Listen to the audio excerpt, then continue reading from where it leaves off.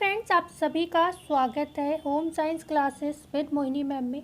आज की क्लास में हम आप लोग जैसे डिमांड में रहते हो वन लाइनर, तो हम वन लाइनर को और बहुत ही मतलब ऐसा नहीं है कि बहुत समय लेंगे। ठीक है, जैसे आप जानते हो कुछ चैनल हैं मतलब अच्छे हैं, मैं किसी की बुराई नहीं कर रही हूँ, पर क्या होता है 20-20 क्वेश्चन में घंटों की क्लास निकल जाती है। ठीक है ना, तो वो चीज़ नहीं होगी। कम समय में आप वन लाइनर में यहाँ पर ज़्यादा कवर कर पाओगे।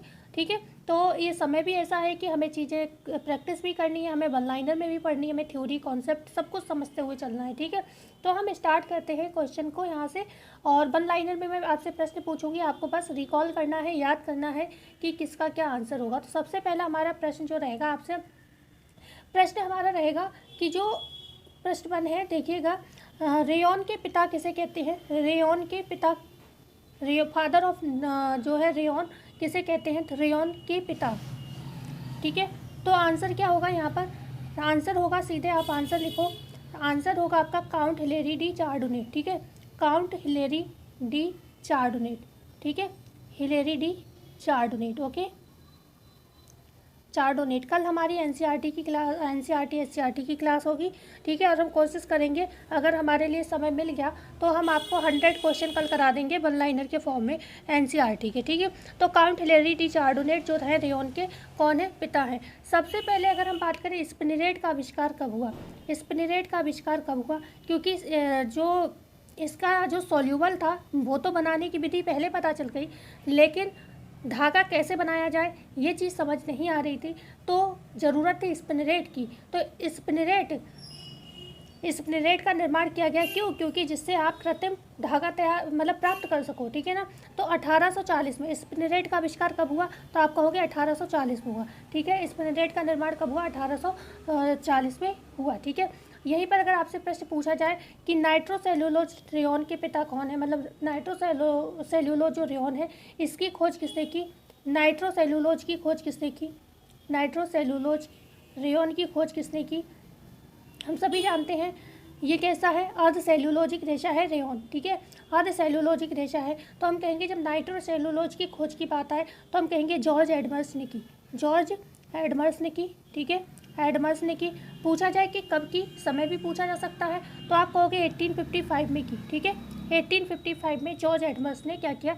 नाइट्रोसेल्यूलोज रेयॉन की खोज की। ठीक है, प्रश्न आता है कि जो LH देसापिसज ने मतलब क्वेश्चन को थोड़ा घुमा के पूछ लिया जाए कि क्वेश्चन है आपसे कि LH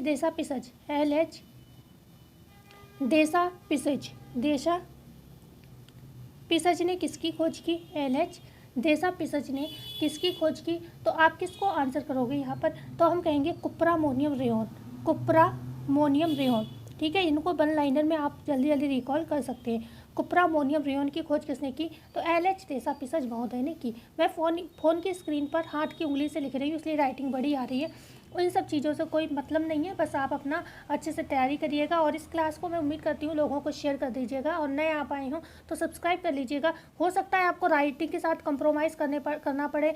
ठीक है, थोड़ा देखने में अच्छा ऐसे नहीं लग रहा होगा, लेकिन मैं बहुत कम एक फ़ोन से मैं काम कर रही हूँ सारा, और मैं चाहती हूँ बस आप कम समय में ज़्यादा पढ़ सको। तो मेरे लिए ये यहाँ पर ज़्यादा मायने रखता है।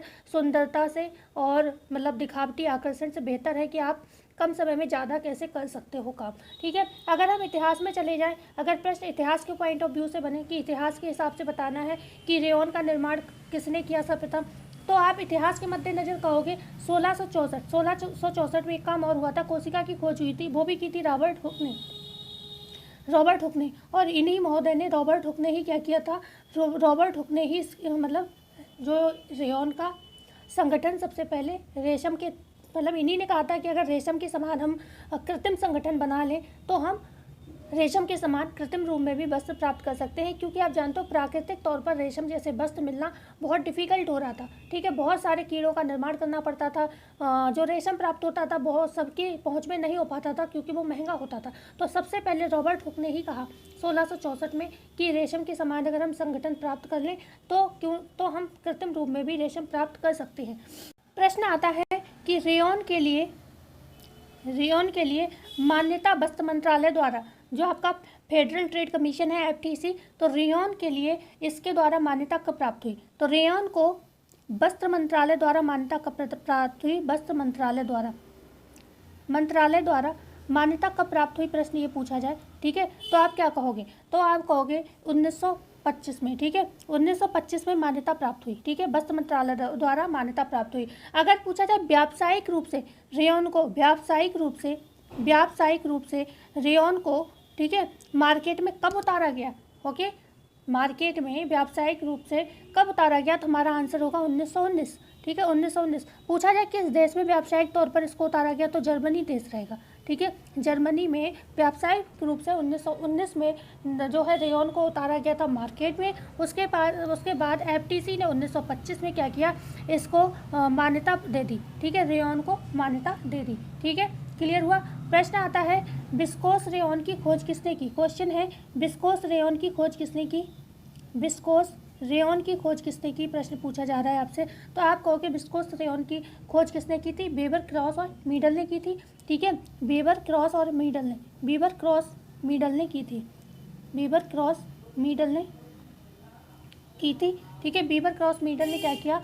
विस्कोस रेयॉन की खोज की। क्लियर हुआ? विस्कोस रेयॉन की खोज वीवर, क्रॉस, मीडल ने की थी, ध्यान रखिएगा। बढ़ते हैं हम आगे, ओके। अच्छा, यहाँ पर एक प्रश्न और पूछा जा सकता है कि विस्कोस रेयॉन की खोज कब हुई? खोज कब हुई?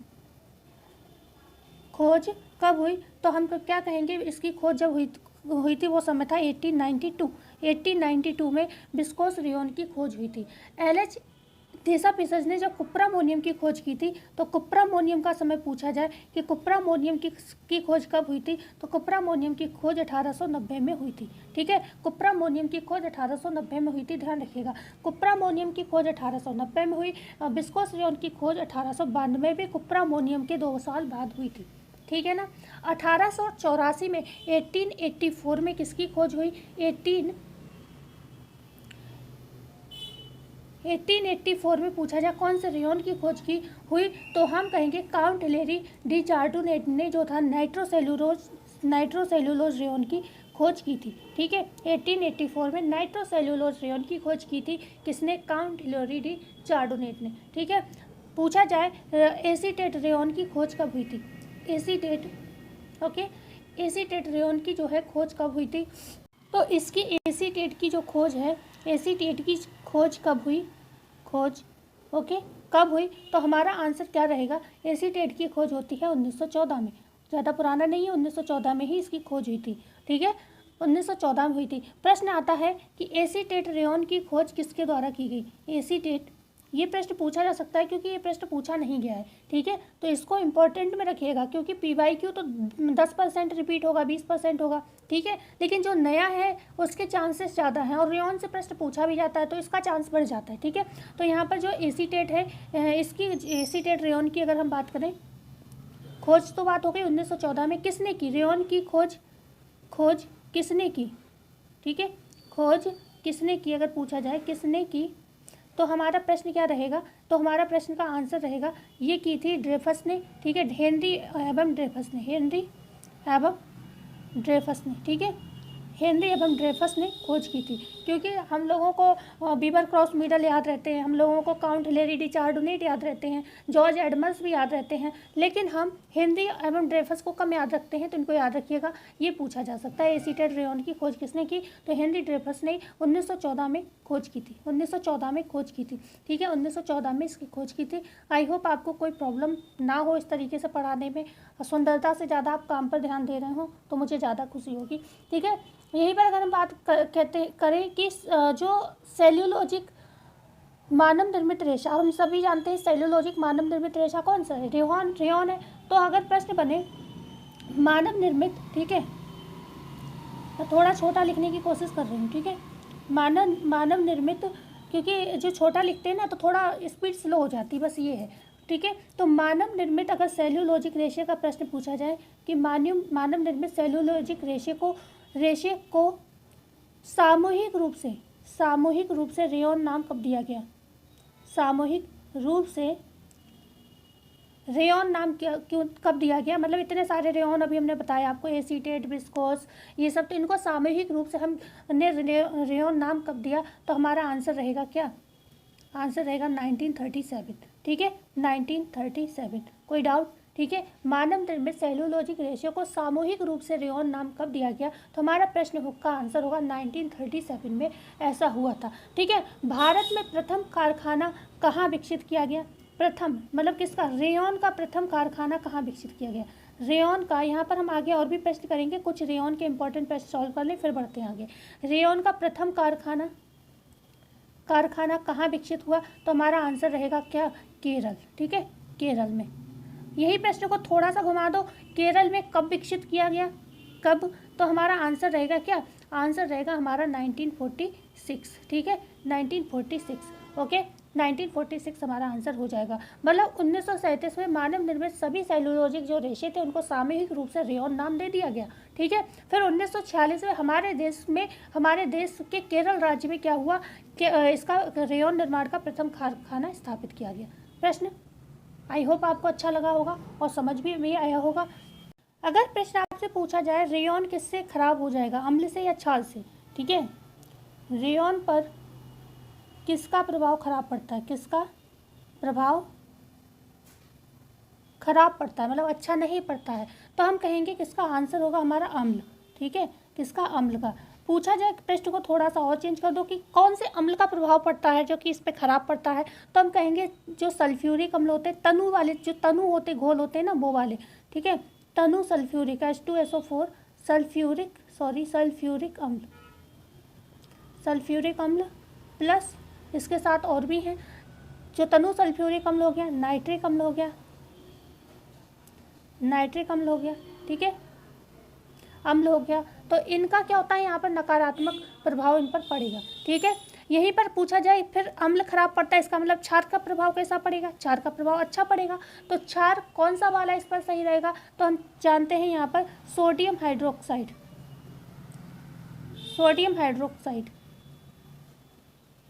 ठीक है, हाइड्रोक्साइड का प्रभाव इस पर अच्छा पड़ेगा। ये एक क्षार है, ध्यान रखिएगा। अमोनिया का प्रभाव भी इस पर खराब पड़ता है, ध्यान रखिएगा। ठीक है, अमोनिया का प्रभाव भी इस पर खराब होता है। और अगर हम बात करते हैं इसको जलाने पर किसकी समान गंध आएगी, तो हम जानते हैं अर्धसेल्यूलोजिक रेशा है। 50% क्या होता है इसमें? हम कहेंगे 50% इसमें क्या होता है? सेल्यूलोज होता है। ओके, पूछा जाए कितना परसेंट सेल्यूलोज होता है रेयॉन में, तो हम कहेंगे कितना होता है? 50% होता है। हमसे पूछा जाए रसायन कितना होता है, तो हम कहेंगे 50% रसायन होता है। ओके, 50% रसायन होता है। तो यहाँ पर अगर हम बात करें 50% सेल्यूलोज है, 50% रसायन है, तो जब ये जलेगा तो गंध कैसी आएगी? प्रश्न बनेगा। जब जलाएंगे, ठीक है, जलेगा तो कैसी गंध आएगी? रेयॉन जलेगा तो कैसी गंध आएगी? कैसी स्मेल आएगी, गंध आएगी? प्रश्न आपसे हमने पूछ लिया है। तो हमारा आंसर होगा कागज़ के जलने जैसी, क्योंकि सेल्यूलोजिक रेशे जब जलते हैं तो कागज़ के जलने जैसी गंध आती है। ठीक है, तो कागज़ के जलने जैसी गंध आएगी। ठीक है, कागज़ के जलने जैसी गंध यहाँ पर आएगी। ओके, तो इतना क्लियर हुआ। प्रश्न पूछा जा सकता है कि जो आर्द्र अवस्था में, ठीक है, आर्द्र अवस्था में रेयॉन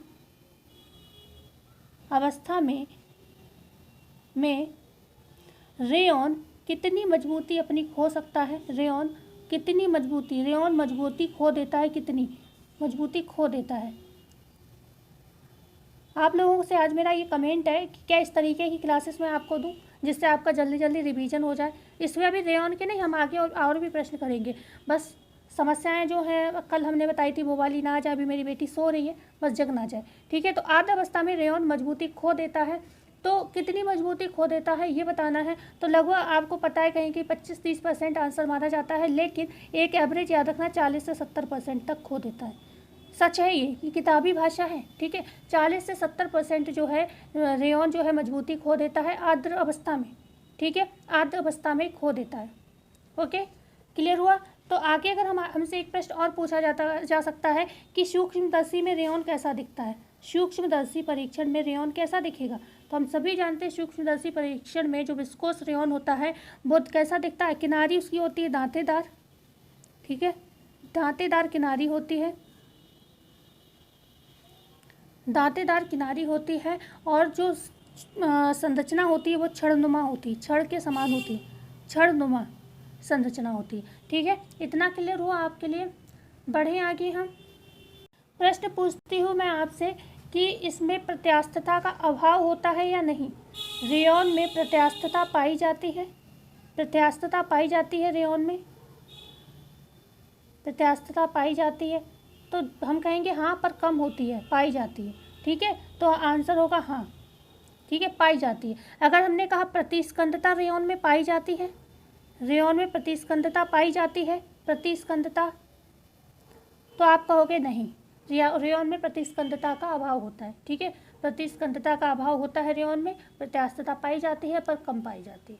ठीक है, अगर हम बात करते हैं दहन परीक्षण में जो है रेयॉन कैसा दिखेगा, दहन परीक्षण में रेयॉन जो है कैसा दिखेगा, तो दहन परीक्षण में हम कह सकते हैं ये जलाने पर कैसा दिखेगा, पिघलकर दाने दाने से मतलब काले दाने दिखेंगे, काले दाने पिघलकर, पहली बात तो पिघलेगा, फिर काले दाने से दिखेंगे। ठीक है, दाने से दिखेंगे। क्लियर हुआ इतना? बढ़े आगे। रेशम के समान इसमें भी क्या होती है, रेयॉन में पूछा जाए तीव्र चमक होती है। ठीक है, प्रश्न है रेयॉन में चमक कैसी होती है, तीव्र। तो रेयॉन की चमक कम करने के लिए किसका प्रयोग करते हैं, करने के लिए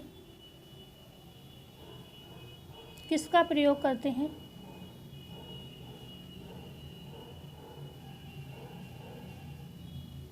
तो हमारा आंसर होगा यहाँ पर टाइटेनियम डाइऑक्साइड। ठीक है, टाइटेनियम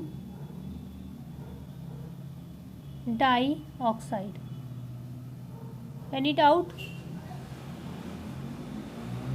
अब हम कुछ प्रश्न करेंगे नायलॉन के सॉल्व। 15 मिनट की क्लास में हमने काफ़ी हद तक रेयॉन को समझ लिया है। ठीक है, और इसी बात पर मैं उम्मीद करती हूँ एक बार वीडियो को लाइक एंड शेयर जरूर करिएगा। हमारा प्रश्न है नायलॉन से आपका कि नायलॉन जो है, ठीक है, सबसे पहला प्रश्न है नायलॉन को एक लंबी श्रृंखला वाला, को एक लंबी श्रृंखला वाला पॉलीएमाइड किसने कहा है, वाला पॉलीएमाइड एमाइड किसने कहा है, किसने कहा है? तो प्रश्न का आंसर हमारा रहेगा क्या, एफटीसी ने। ठीक है, फेडरल ट्रेड कमीशन ने कहा है, एफटीसी ने। एफटीसी के अनुसार क्या है, नायलॉन एक कैसी लंबी श्रृंखला वाला पॉलीएमाइड है। ठीक है, पॉलीएमाइड है, ध्यान रखिएगा। ठीक है, पॉलीएमाइड है। ओके, अगर प्रश्न आता है कि नायलॉन किस रिंग से जुड़ा होता है, ठीक है, किस रिंग से जुड़ा होता है या कितने रिंग से जुड़ा होता है। ठीक है, नायलॉन किस रिंग तथा कितने रिंग से जुड़ा होता है, कितने रिंग से जुड़ा होता है, तो हमारा प्रश्न होगा यहाँ पर ये 2 एरोमेटिक रिंग से जुड़ा होता है। ठीक है, 2 रिंग से जुड़ा होता है, प्लस 2 कौन से रिंग होते हैं, एरोमेटिक रिंग से जुड़ा होता है। ठीक है, एरोमेटिक रिंग से जुड़ा होता है, 2 एरोमेटिक रिंग से जुड़ा होता है।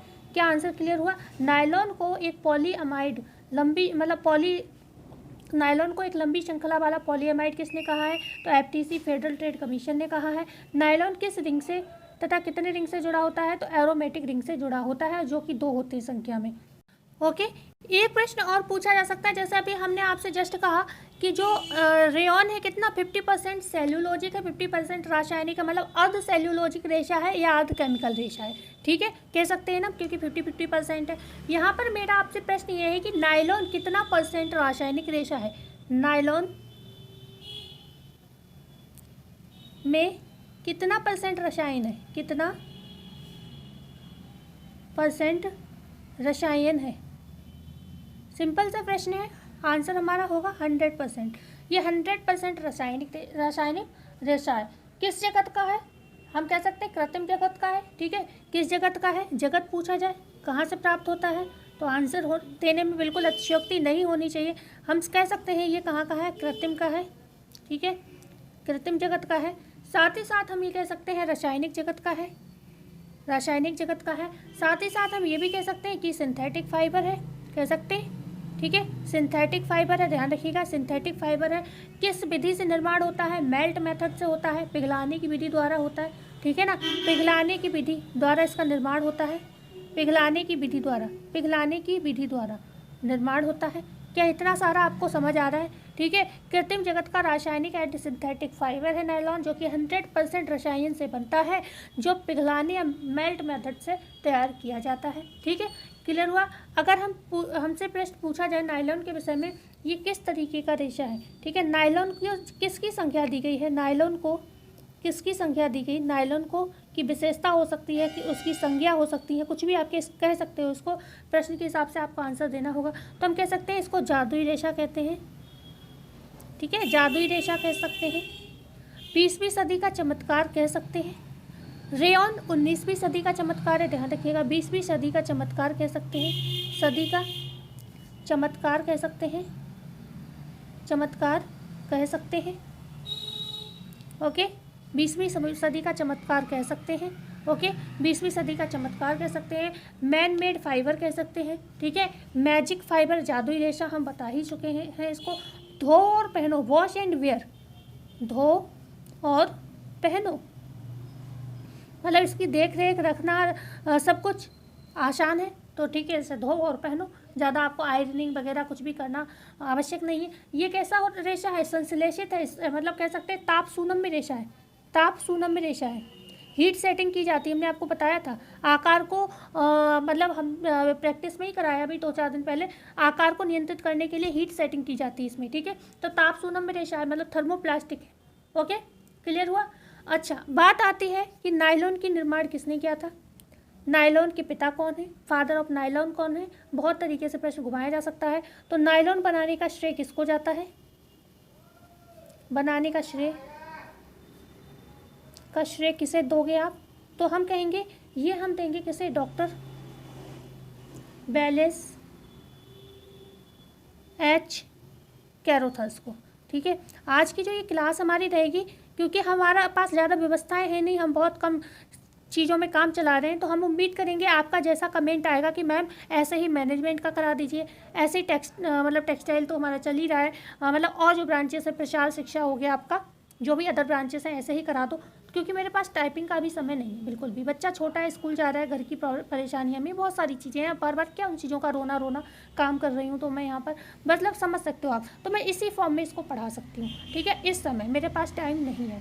न्यू एडमिशन है मेरी बेटी का, तो वो आने जाने में भी समय सुबह लेती है, परेशान करती है, थोड़ा छोटी है भी, तो बहुत सारी चीज़ें अभी मेरे साथ चल रहे हैं, और मुझे अकेले ही सब कुछ हैंडल करना होता है, मतलब अपने दम पर कर रही हूँ, घर में सबको कोई मतलब नहीं है कि मैं कैसे एडजस्ट कर रही हूँ। ठीक है, जैसे कोई होता है एक सपोर्ट है कि बच्चे को कोई संभालने वाला, कुछ भी नहीं, सब कुछ मैं खुद करती हूँ। तो इस समय मैं टाइपिंग का टाइम बिल्कुल नहीं। ऐसे अगर आप एडजस्ट कर सकते हो तो, और मुझे उम्मीद है कि हमेशा चमक दमक के पीछे ना भागा करें, हम जैसे लोगों को भी थोड़ा ध्यान दिया करें। ठीक है, क्योंकि हम लोग मतलब कोई आपसे फीस फालतू नहीं लेते हैं, और जो ले भी लेते हैं उसमें इतना ज़्यादा कंटेंट कोई देगा नहीं जितना हम दे देते हैं। ठीक है, तो यहाँ पर नायलॉन बनाने का श्रेय डॉक्टर बेलिस एच कैरोथस को जाता है, ध्यान रखिएगा।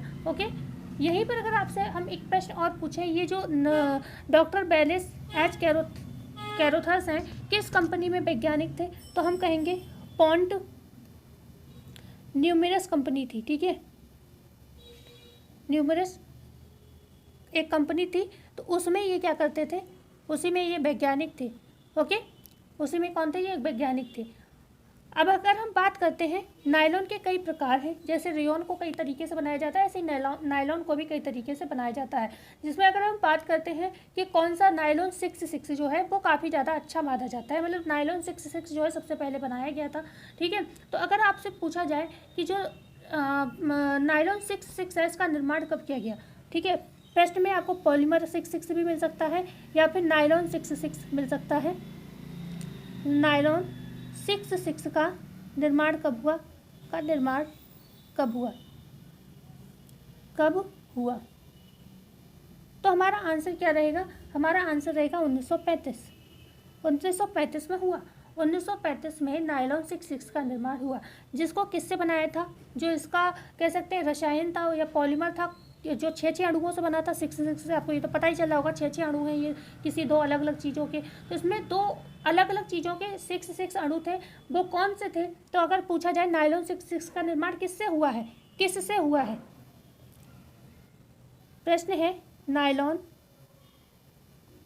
6 का निर्माण किससे?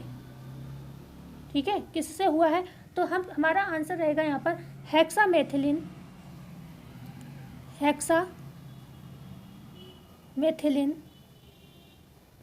डाइएमीन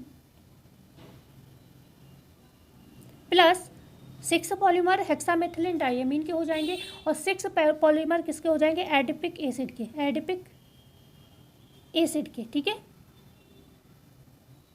एसिड के हो जाएंगे, ठीक है। तो ये दो अलग अलग 6 पॉलीमर किसके हैं? हेक्सामेथिलीन डाइएमीन के हैं। 6 पॉलीमर किसके हैं? ये 6 पॉलीमर किसके हैं? ये आपके एडिपिक एसिड के हैं, ठीक है। इससे ये बना हुआ है। अच्छा, 1935 में हम सभी जानते हैं नायलॉन 6 का निर्माण हुआ, ठीक है, जिसमें कार्बन के प्रति 6 परमाणु हैं, हमें दिख रहा है 6 परमाणु हेक्सामेथिलीन डाइएमीन के हैं और 6 किसके हैं? एडिपिक एसिड के हैं। इतना हमें समझ में आ ही गया है। तो बात आती है कि इन दोनों को मिलाकर जो नायलॉन बना उसको सम्मिलित रूप से नायलॉन नाम कब दिया गया, ठीक है। तो हमारा प्रश्न क्या है? पॉलीमर 6 को या नायलॉन 6 को, कुछ भी आप लिख सकते हो, 6 को नायलॉन नाम कब दिया गया? नाम कब दिया गया? तो हमारा आंसर सदैव आएगा 1937, क्योंकि 1935 में तो इसका निर्माण हो रहा है, फिर इंसान ने इसको जांचा परखा होगा, यूज़ किया होगा, फिर इसको जाकर एक नाम दिया 1937 में नायलॉन, ठीक है। तो इनको सम्मिलित रूप से नायलॉन नाम दिया गया। जैसे अर्धसेलुलोजिक जो रेशे थे उनको सम्मिलित रूप से रेयॉन कहा गया, ऐसे ही जो यहाँ पर इन्हें क्या कहा गया? इन्हें कहा गया नायलॉन, ठीक है। जो हेक्सामेथिलीन डाइएमीन और एडिपिक एसिड से जो भी रेशे बनाए गए वो उन्हें नायलॉन नाम दे दिया गया, ठीक है। क्लियर हुआ? अब बात आती है कि जब नायलॉन का नाम भी मिल गया, निर्माण भी हो गया, अब इसका क्या होगा? प्रचार प्रसार। तो हमारा प्रश्न है आपसे कि नायलॉन का प्रचार प्रसार कब किया गया? प्रचार प्रसार कब किया गया, ठीक है। नायलॉन का प्रचार प्रसार कब किया गया? मतलब सामान्य व्यक्तियों के बीच। तो प्रचार प्रसार कब किया गया? तो हम कहेंगे ये किया गया 1938 में, ठीक है, 1938 में। तो 1935 में आपको पता है हेक्सामेथिलीन डाइएमीन एडिपिक एसिड को मिलाकर नायलॉन बनाया गया और नायलॉन नाम कब दिया गया? 1937 में। फिर 1938 में इसका मार्केट में प्रचार प्रसार या फिर सामान्य व्यक्तियों के बीच हम कह सकते हैं इसका प्रचार प्रसार किया गया, ठीक है। तो प्रश्न आता है कि भाई प्रचार भी हो गया, अब इसको बेचना भी तो शुरू करना है, तो इसको बेचना कब प्रारंभ किया गया? क्वेश्चन है, नायलॉन को बेचना मार्केट में कब प्रारंभ कर दिया गया? नायलॉन को सब जगह बेचना कब प्रारंभ किया गया? नायलॉन को बेचना कब प्रारंभ किया गया?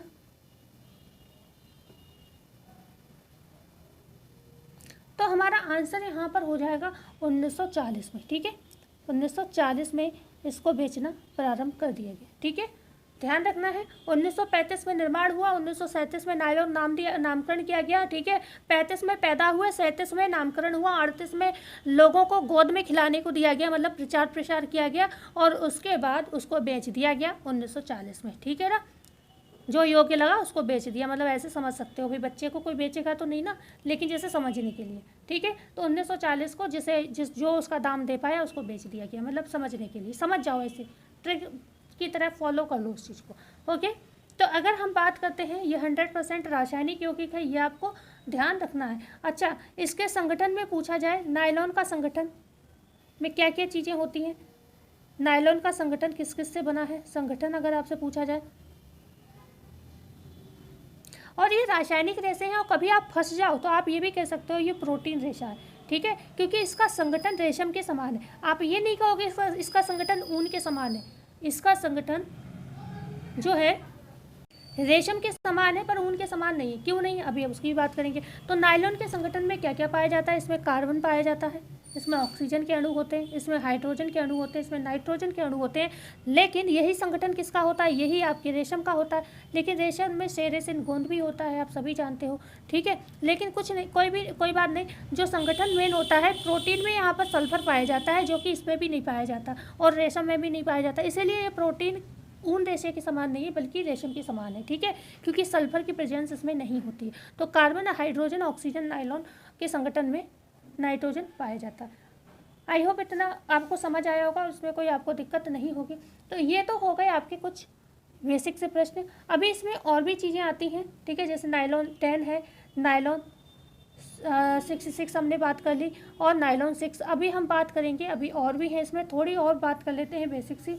जो नायलॉन होता है इसका तनाव सामर्थ्य पूछा जाए कितना होता है, नायलॉन में तनाव सामर्थ्य की अगर बात करें कितनी होती है तनाव सामर्थ्य, तो हम कहेंगे 4 से 7 ग्राम डेनियर, ठीक है, ओके, डेनियर होगा, ओके। डायमीटर भी इसमें पाया जाता है, जो कि आप कह सकते हो 10 माइक्रोन से कई सौ तक होता है, ठीक है, जो इसका डायमीटर होता है। अच्छा, एक चीज़ और ध्यान रखिएगा, जो डेनियर का मतलब होता है, डेनियर ये इसका वजन से तात्पर्य होता है धागे के वजन से, ठीक है, नायलॉन के धागे के वजन से संबंध होता है, इसका ये ध्यान रखिएगा। और बारीकी का भी मूल्यांकन करता है डेनियर, ये बारीकी का मूल्यांकन भी करता है, ओके। यहाँ पर बात हो रही है व्यास की, माइक्रोन की, डायमीटर का जो नायलॉन का डायमीटर या व्यास होता है कितना होता है, तो ये 10 माइक्रोन से हम कह सकते हैं कई सौ तक होता है, ठीक है, आगे कितना भी हो सकता है, ओके। तो यहाँ पर अगर हम बात करते हैं मजबूती कैसी होती है, तो वैसे तो आप जानते हो नायलॉन फाइबर काफ़ी मजबूत होता है, लेकिन सूर्य के प्रभाव में ये थोड़ा मजबूती खो देता है, तो ये ध्यान रखिएगा आप, ठीक है। और बकाया कीट फफूंदी का कोई प्रभाव इस पर नहीं पड़ता है, ओके।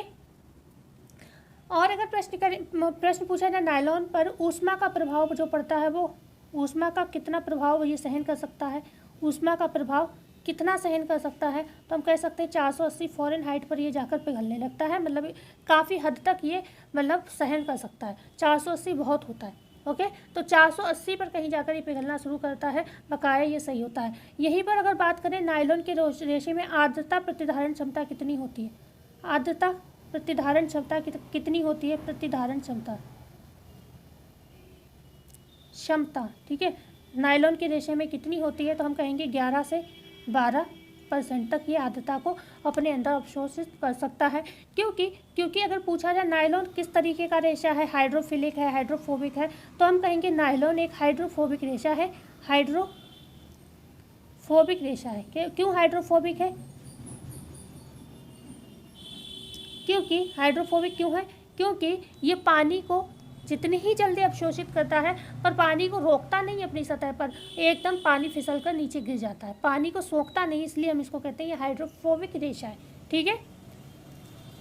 आप इन्हें अच्छे से धो सकते हो, मसल सकते हो, इन पर कोई प्रभाव नहीं पड़ता है, इस पर रंग भी पक्के चढ़ते हैं, और अम्लीय रंग जो होते हैं, क्योंकि रेशम के समान रेशा है, तो रेयॉन पर अम्लीय रंग अच्छे रहते हैं, तो हम कहेंगे इस पर भी अम्लीय रंग आप अच्छे से यूज़ कर सकते हो। ब्लीच कौन सा प्रयोग करेंगे नायलॉन पर, नायलॉन पर ब्लीच कौन सा प्रयोग करेंगे, ब्लीच, तो नायलॉन पर जो ब्लीच का प्रयोग होता है वो होता है हाइड्रोजन परऑक्साइड, हाइड्रोजन परऑक्साइड, ठीक है, हाइड्रोजन परऑक्साइड ब्लीच का हम इस पर प्रयोग करते हैं, ठीक है। बढ़ते हैं आगे। इसी में अगर आपसे पूछा जाए जो नायलॉन होता है, ठीक है ना, नायलॉन होता है, तो ये इसमें भी क्या होती है, चमकदार होता है, ठीक है ना, तो चमक कम करने के लिए इसमें किसका प्रयोग होता है, ठीक है, प्रश्न है हमारा चमक कम करने के लिए प्रयोग, कम करने के लिए किसमें, अभी हमने बात की थी किसकी, कार्बन टेट्राक्लोराइड किसमें था, रेयॉन में था। अब हमारा प्रश्न है नायलॉन में चमक कम करने के लिए किसका प्रयोग करते हैं, चमक कम करने के लिए नायलॉन में, यहाँ पर नायलॉन के पॉइंट ऑफ व्यू से प्रश्न पूछा जा रहा है, चमक कम करने के लिए नायलॉन में किसका प्रयोग करते हैं, तो हम कहेंगे टिटेनियम ऑक्साइड, टिटेनियम ऑक्साइड, ठीक है, ऑक्साइड, ओके, बोरियम सल्फेट और जिंक ऑक्साइड,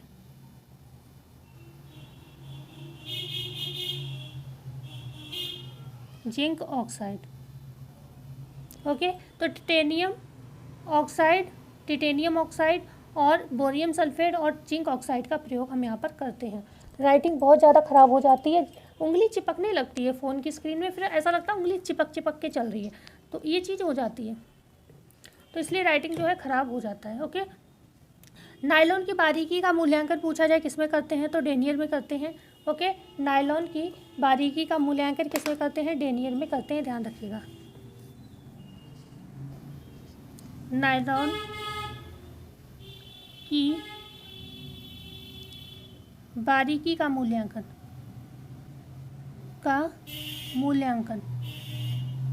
किस में करते हैं, तो डेनियर में करते हैं। और हमने अभी आपको बताया था डेनियर का तात्पर्य क्या होता है नायलॉन में, तो धागे की वजन से, ठीक है, धागे के वजन से इसका तात्पर्य होता है, मतलब धागे का वजन डेनियर में मापा जाता है। और हमने पहले भी बताया जो भी आपके कृत्रिम रेशे होते हैं उनका जो वजन का मापन होता है वो डेनियर में होता है, ठीक है, ये चीज़ हमने आपको पहले भी बताई थी। सूक्ष्मदर्शी यंत्र से देखने पर नायलॉन का रेशा कैसा दिखता है, सूक्ष्मदर्शी यंत्र में नायलॉन का रेशा कैसा दिखेगा, तो सूक्ष्मदर्शी यंत्र में अगर हम अनुप्रस्थ काट की बात करेंगे, अनुप्रस्थ काट में अगर बात होगी, देखो मैं शॉर्ट में लिख रही हूँ, ओके, आपका भी समय बचेगा, हमारा भी समय बचेगा, तो हम अनुप्रस्थ काट में कहेंगे गोल चित्तीदार दिखेगा, गोल चित्तीदार,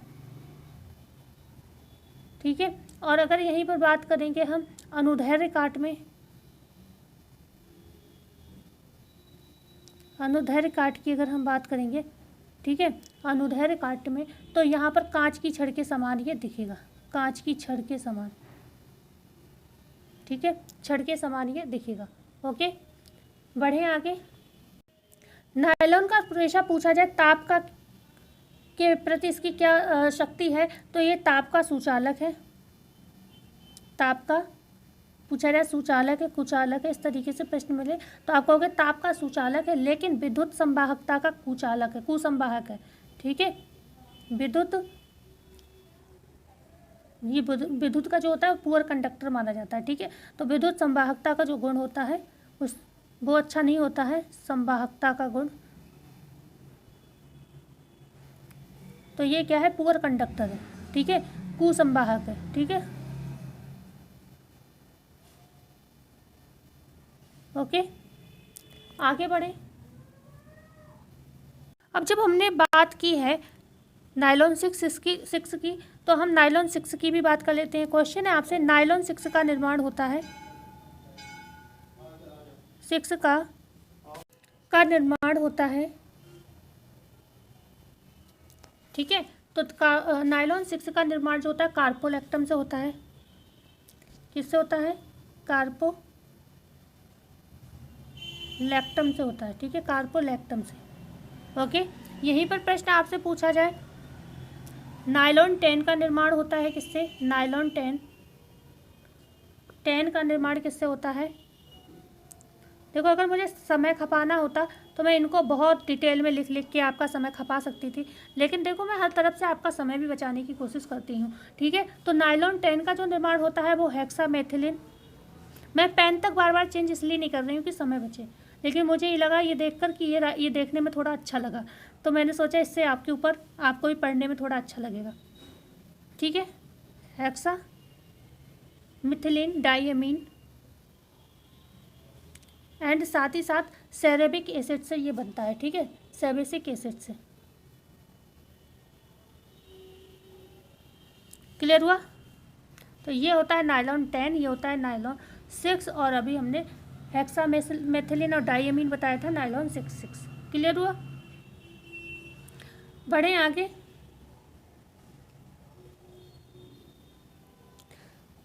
नायलॉन का धागा किस तरीके का होता है, तो पारदर्शी होता है, ये भी ध्यान रखिएगा। अब हम थोड़ा सा बात कर लेते हैं किसकी, पॉलिएस्टर की। पॉलिएस्टर की बात कर लें तो पॉलिएस्टर की खोजकर्ता कौन है, खोजकर्ता, क्योंकि इससे कुछ प्रश्न ही इंपॉर्टेंट बनते हैं। खोजकर्ता, तो खोजकर्ता हम सभी जानते हैं, जिन्होंने नायलॉन खोजा उन्हीं ने इसको खोजा, ठीक है। किसने, डॉक्टर W.H. कैरोथस ने, ठीक है। क्लियर हुआ। WH कैरोथर्स ने खोज की। कंपनी भी सेम ही रहेगी जिसमें वो थे। अच्छा, इसका जो निर्माण होता है किस तरीके से प्राप्त होता है, तो पॉलिएस्टर की प्राप्ति के लिए आवश्यक तत्व क्या है? पॉलिएस्टर की प्राप्ति के लिए आवश्यक तत्व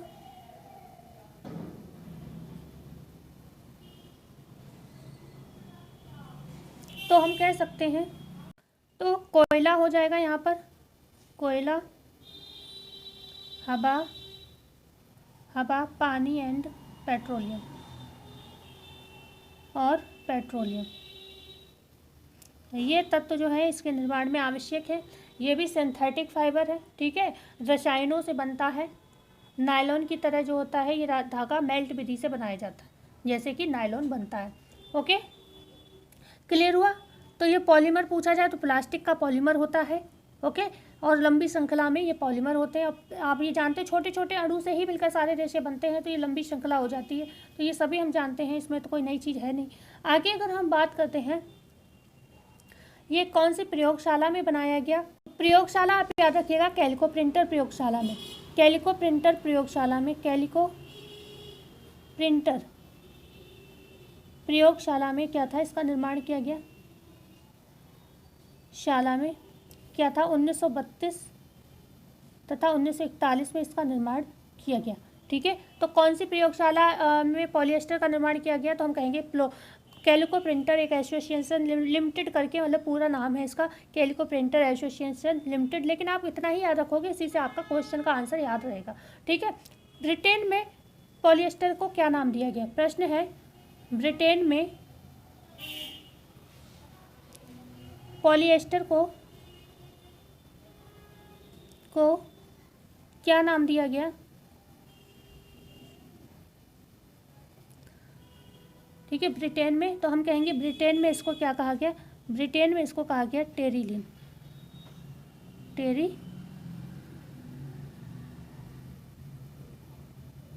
ठीक है, टेरिलिन इसको कहा गया ब्रिटेन में। यहाँ पर अगर हम बात करें, इसी तंतु को अधिकार कब प्राप्त हुआ? क्योंकि पॉन्ट डी न्यूमोरस कंपनी थी, प्रयोगशाला कैलिको प्रिंटर थी, प्रयोगशाला कैलिको प्रिंटर थी। किस कंपनी में जो कैरोथर्स थे काम करते थे? पॉन्ट डी न्यूमोरस कंपनी में ये काम करते थे। तो पॉन्ट डी न्यूमोरस, प्रश्न है देखिएगा, पॉन्ट डी न्यूमोरस कंपनी को, ठीक है, कंपनी को तंतु निर्माण का अधिकार कब प्राप्त हुआ? ठीक है, इस तंतु के निर्माण का अधिकार कब प्राप्त हुआ? प्रश्न आपको अगर समय से पूछा जाए तो आप कहोगे 1946 में। ठीक है, 1946 में पॉन्ट डी न्यूमोरस कंपनी को अधिकार प्राप्त हुआ इस रेशे के निर्माण का। ओके, अधिकार प्राप्त हुआ। तो किसने अधिकार प्राप्त किया? पॉन्ट डी न्यूमोरस कंपनी ने इसका अधिकार प्राप्त किया। अब बात करते हैं व्यावसायिक रूप से इस तंतु का निर्माण कंपनी ने कब किया? तो 1951। तो प्रश्न क्या है? प्रश्न है, वास्तविक रूप से पॉलिएस्टर की बात चल रही, रूप से पॉलिएस्टर तंतु का निर्माण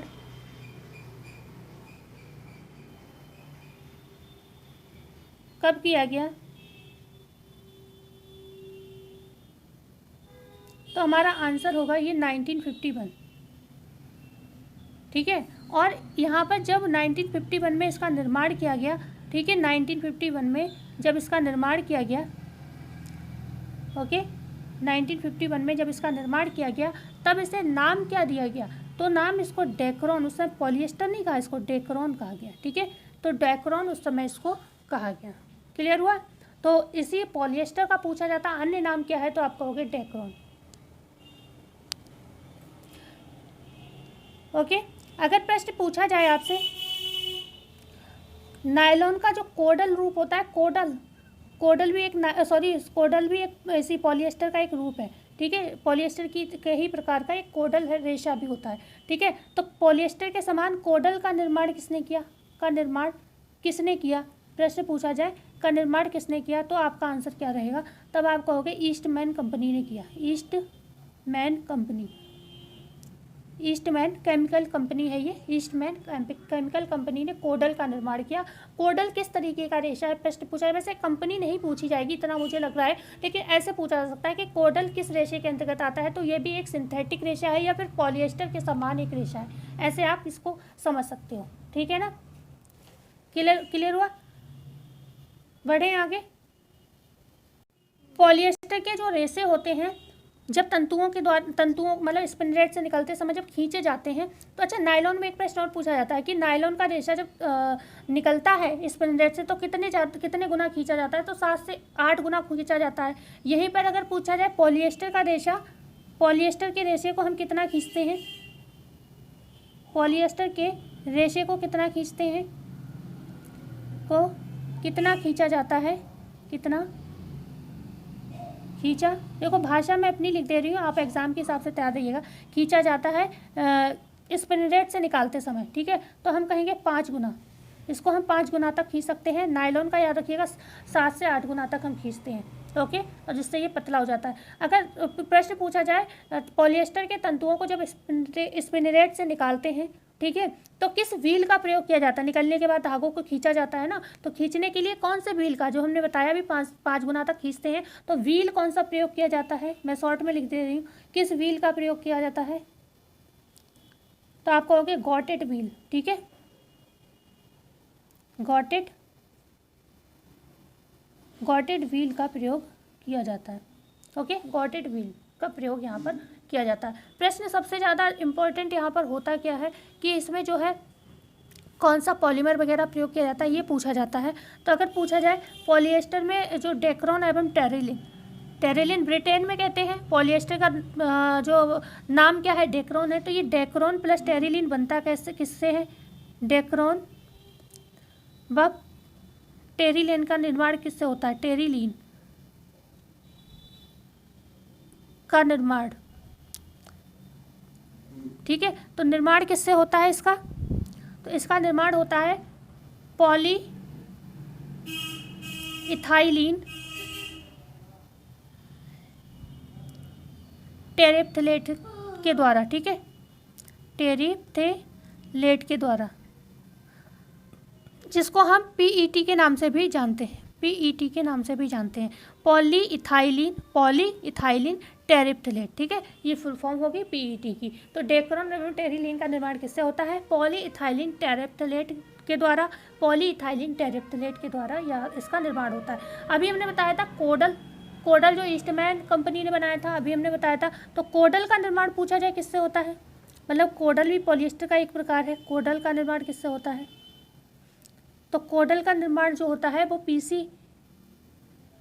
पीसीडीटी से होता है। अब इसका फुल फॉर्म क्या होगा, पीसीडीटी को का फुल फॉर्म क्या होगा अगर पूछा जाए, तो हम कहेंगे साइक्लोहेक्सिलिन,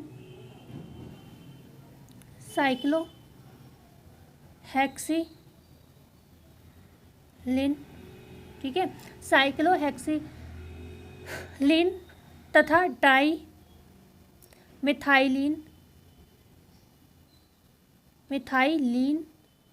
लिखूं कहाँ पर, जगह नहीं है, मिथाइलिन टेरिप्थलेट यहाँ पर लिख दे रही हूँ। अच्छा, टेरिप्थलेट यही वाला है, ठीक है, इतना तो याद ही रखना, ठीक है। तो साइक्लोहेक्सिमिल डाई मिथाइलिन टेरिप्थलेट इसका पीसीडीटी का पूरा नाम है। ये कोडल के निर्माण में प्रयोग होता है पीसीडीटी, और जो पीईटी है वो किसके, डेक्रोन और टेरिलिन के निर्माण में प्रयोग होता है। क्लियर हुआ। गॉटेड व्हील का प्रयोग होता है, 5 गुना तंतु को खींचा जा सकता है।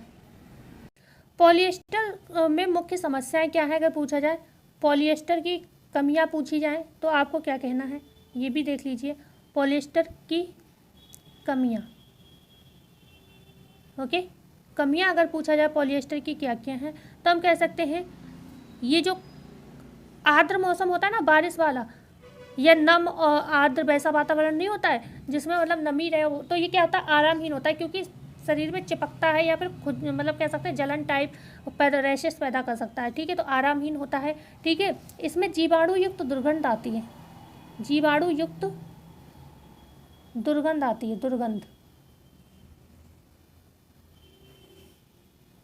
दुर्गंध आती है। इसमें पीलिंग की प्रॉब्लम होती है, पीलिंग होता है मतलब किसी कपड़े पर रोए वगैरह उठना, उठ जाते हैं ना, उसे हम पीलिंग कहते हैं, तो रोए उठना, ये वाली समस्याएं होती है इसमें, रोएं उठना पीलिंग। ओके, और इसके साथ मतलब जो आरामहीन होता है ये, मतलब कहीं ना कहीं नॉर्मल आप नहीं पहन सकते हो उसको, ठीक है। यहाँ पर अम्ल कौन सा नुकसानदेह है, कौन सा अम्ल का हानिकारक प्रभाव पड़ता है, अम्ल कौन सा हानिकारक है?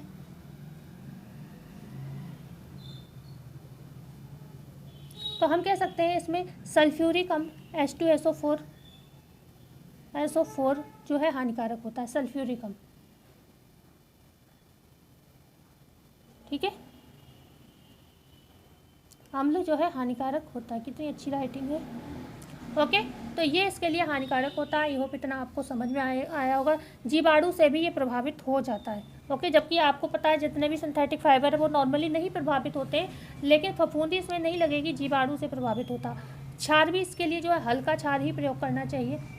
ओके, अगर आपसे बात किया जाए कि कौन सा अम्ल वगैरह, इस पर जो अम्ल तो हमने बता दिया सल्फ्यूरिक अम्ल, इसके अलावा भी अगर आपसे पूछा जाए कौन से डाई वगैरह प्रयोग करते हैं, तो एजोइक एवं डेवलप डाई का प्रयोग कर सकते हैं, ठीक है। डाई कौन से अच्छे रहते हैं, डाई कौन सा प्रयोग करें, कौन सा प्रयोग करें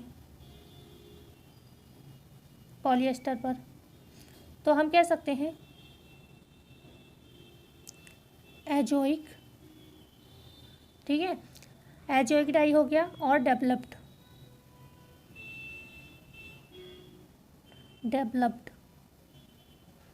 डाई। ओके, तो इनका प्रयोग जो होता है इन पर अच्छा रहता है। अच्छा, अवशोषकता का गुण इसमें कितना होता है, जल को, पॉलिएस्टर में जल को अवशोषित करने की क्षमता में, जल को अवशोषित करने की क्षमता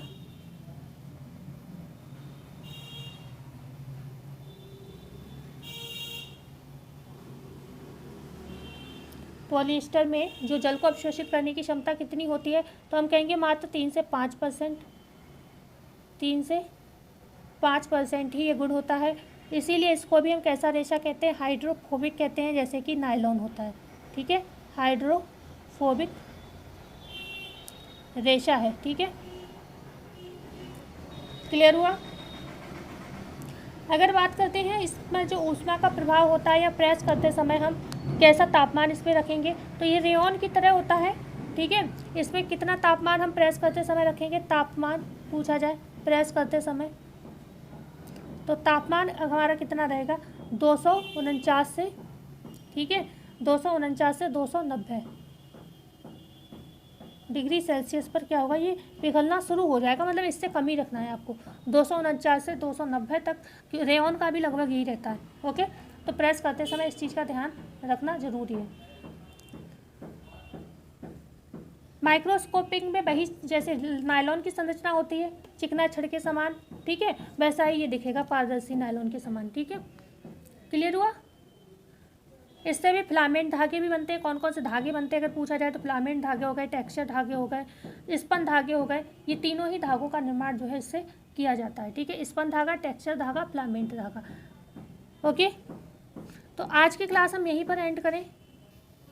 अच्छा, प्रश्न में नायलॉन के धागे के प्रकार भी आपसे पूछे जा सकते हैं, ठीक है। तो ये नायलॉन धागे के भी प्रकार कम से कम 5 प्रकार के होते हैं। नायलॉन के धागे, नायलॉन के धागे कितने प्रकार के होते हैं धागे, तो कहेंगे हम 5 प्रकार के, ठीक है, 5 प्रकार के होते हैं।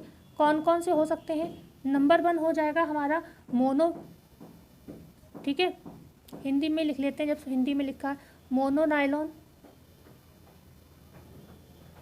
ओके, दूसरा होता है आपका मल्टी मोनो, मतलब भाई एक इकहरा धागा होगा, ठीक है ना, यहाँ पर मजबूती भी होगी और चिकने चमकदार वस्त्र भी बनेंगे। मोनो है मतलब ये मत समझिएगा ये कमज़ोर है, मजबूत होता है प्रॉपर, ठीक है ना, इकहरा धागा होगा ये। लेकिन मल्टी धागे से आप कहोगे उससे तो कम मजबूत होगा, वैसे मजबूत होता है, मल्टी से कम होगा। मल्टी मतलब जो बहुरेशीय होते हैं ना, बहुत सारे धागे मिलाकर जो बनते हैं, ठीक है। तो मल्टी नायलॉन जो होते हैं ये अधिक मजबूत होंगे, मतलब इससे ज़्यादा मजबूत होंगे, मोनो नायलॉन से ज़्यादा ये मजबूत होंगे। इनसे वस्त्र कौन से बनते हैं, तो ना जैसे रात में सोने वाले वस्त्र नहीं होते, गाउन होते हैं, नाइटी होते हैं, या फिर हम कह सकते हैं जो हमारे लिए काफ़ी बॉडी के लिए कंफर्टेबल फील कराने वाले जो वस्त्र होते हैं वो वाले बनते हैं, जैसे जो लचीले और कोमल वस्त्र होते हैं उस टाइप के। ठीक है, तो मल्टी नायलॉन से खासतौर से नाइटी वगैरह बनते हैं। ओके, दूसरा होता है स्ट्रेच नायलॉन, तीसरा होता है स्ट्रेच नायलॉन जो होता है स्ट्रेच। इससे आप नाम से ही समझ रहे होगे, जो खिंचने वाले वस्त्र होते हैं ना, स्प्रिंग नुमा वस्त्र बनते हैं इससे। स्प्रिंग नुमा जो घुंघराले धागे होते हैं वो बनते हैं, जिससे कार्डिगन होते हैं, स्वेटर होते हैं, आपने देखा होगा, स्लैक्स होते हैं, खींचते हैं ना, तो उस तरीके के वस्त्र इससे बनते हैं। चौथा होता है आपका टेक्सचर्ड यान, टेक्सचर्ड नायलॉन, टेक्सचर्ड, ठीक है, नायलॉन होता है टेक्सचर्ड नायलॉन। ओके, जो टेक्सचर्ड नायलॉन होते हैं तो इसमें टेक्सचर का मतलब क्या होता है, छूने में कैसा महसूस हो रहा है, तो ये आपको स्पर्शनीय गुण देगा। जैसे सॉल है, कंबल है, छुओ तो अलग ही फीलिंग आती है। ठीक है ना, तो फुज्जीदार वस्त्र जो है टेक्सचर्ड नायलॉन से बनाए जाएंगे। स्पन रेशे कैसे होते हैं, तो स्पन रेशे जो होते हैं मतलब इसी से बनते हैं स्पन रेशे भी, स्पन नायलॉन बोलते हैं हम इसको। जो स्पन नायलॉन होते हैं ये 1 से 5 इंच तक के रेशे होते हैं, 1 से 5 इंच के होते हैं ये लंबाई में। ठीक है, और इसमें भी क्या होती है, सहन शक्ति, जैसे कपड़े को धोते समय ऐसा नहीं कि छोटे हैं तो धोने में ख़राब हो जाएंगे, सहन शक्ति होती है, लेकिन सतह इनकी खुरदरी होती है और गर्म कपड़े इनसे बनते हैं। ओके, बकाया नायलॉन जो रेशे होते हैं उनसे निर्मित वस्त्रों के भी प्रकार होते हैं। एक होते हैं 100% नायलॉन वाले वस्त्र, ठीक है, जो कि पूरे के पूरे नायलॉन से ही बने होते हैं, पूरे मतलब ओरिजिनल नायलॉन से, जैसे कोई मिलावट नहीं है। ठीक है, दूसरा होता है मिश्रित नायलॉन, जिसमें क्या होता है, जैसे नायलॉन के साथ कपास को मिला दिया, जैसे क्योंकि नायलॉन थोड़ा गर्मी देता है ना, तो शीतलता कोमलता बनी रहे, क्योंकि कॉटन क्या एक ठंडा रेशा है। ओके, एक चीज़ और प्रश्न पूछा जाता है कि रीइंफोर्समेंट क्या है या प्रबलन क्या है। तो हम लोग क्या करते हैं, जैसे कॉलर वाला भाग जहाँ पर कपड़े पर ज़्यादा रगड़ मतलब घिसावट पड़ती है ना, कॉलर हो गए, कंधे हो गए, कोहनी हो गई, ठीक है, कंधे, कोहनी, इन जगह पर क्या होता है, नायलॉन का कपड़ा लगा दिया जाता है, नायलॉन की पट्टी कह सकते हैं हम, या मोजे की, जो मोजे में होता है ना एड़ी वाला पार्ट जो होता है, ये मान लो ये मोजा है इस तरीके से, जो ये एड़ी वाला यहाँ पर पार्ट होगा, तो यहाँ पर क्या होता है, कपड़ा लगा होता है जिससे कम रगड़ वगैरह उस पर पड़े। तो ये सब क्या होता है, ये रीइंफोर्समेंट कहलाते हैं, क्योंकि यहाँ से कपड़ा जल्दी फिर फटेगा नहीं। क्योंकि अगर मान लो कॉटन का सॉक्स है और कॉटन का ही प्रॉपर कर दिया पूरा मोजा, तो ये जल्दी फट जाएगा। ठीक है, लेकिन आपके अगर नायलॉन लगा है, नायलॉन का कपड़ा मतलब लगा है, तो उसको हम कहेंगे ये रीइंफोर्समेंट का काम कर रहा है, इससे कपड़ा वो जल्दी फटेगा नहीं। ठीक है, ऐसे ध्यान रखिए, जैसे नायलॉन का मेल्ट विधि से, ऐसे जो रेयॉन होता है वो कैसे बनता है, वो ड्राई मेथड से रेयॉन जो है बनाया जाता है। तो रेयॉन का ध्यान रखिएगा। रेयॉन रेशे के भी कई प्रकार होते हैं, एक हरे रेशे से भी बनता है, मतलब मोनोफिलामेंट, मल्टीफिलामेंट भी होता है, और स्पन यार्न से भी ये रेशे बनती हैं। रेयॉन में भी कई प्रकार के रेशे जो हैं उससे कपड़े बनाए जाते हैं, जैसे कि हौजरी है, अगर आपसे पूछा जाए, हौजरी आप जानते हो बनता है रेयॉन से, काफ़ी अच्छा कपड़ा होता है। तो हौजरी किससे बनता है, ठीक है। एक चीज़ और ध्यान रखिएगा, जो रेयॉन होता है, रेयॉन के इकहरे रेशे से कौन सा कपड़ा बनता है, इकहरे रेशे से हौजरी बनता है। ठीक है, हौजरी,